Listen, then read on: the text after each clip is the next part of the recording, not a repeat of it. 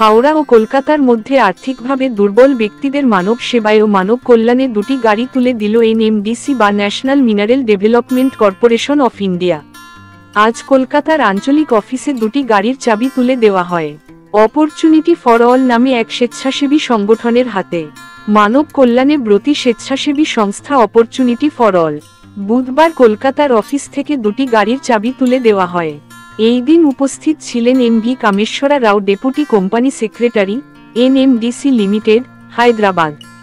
এছাড়া উপস্থিত ছিলেন সৌমিত্র সিনহা, উপদেষ্টা প্রোটোকল, এবং রিয়াজো, NMDC office Kolkata, opportunity for all স্বেচ্ছাসেবী সংস্থার সভাপতি শ্যামহরিজন, অঙ্কিত সিং, বরুণ কুমার দাস সহ অন্যান্যরা।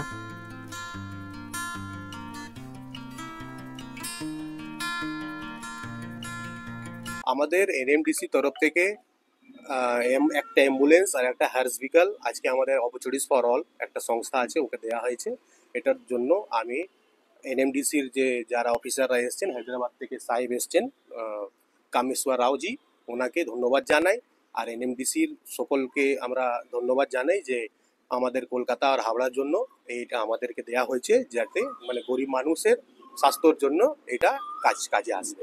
আমি এটাই বলবো যে মানে এনাদের জন্যই আজকে কিন্তু সমাজ বা সমাজের যে গরিব তবকার লোকগুলো আছে ওরা বেঁচে আছেন। এইসব কাজ মানে এনাদের তরফ থেকে যা করা হয়েছে এনাদের জন্য আমি অনেক অনেক এদেরকে ধন্যবাদ। मैं एनडीएमसी को का धन्यवाद कहना चाहूँगा कि उन्होंने हमारे एनजीओ को एक एम्बुलेंस और एक हर्स व्हीकल दिया है, जिससे गरीब लोगों को काफ़ी मदद होगा हमारे एनजीओ की तरफ से। तो मैं पूरे दिल से उनको धन्यवाद करना चाहता हूँ।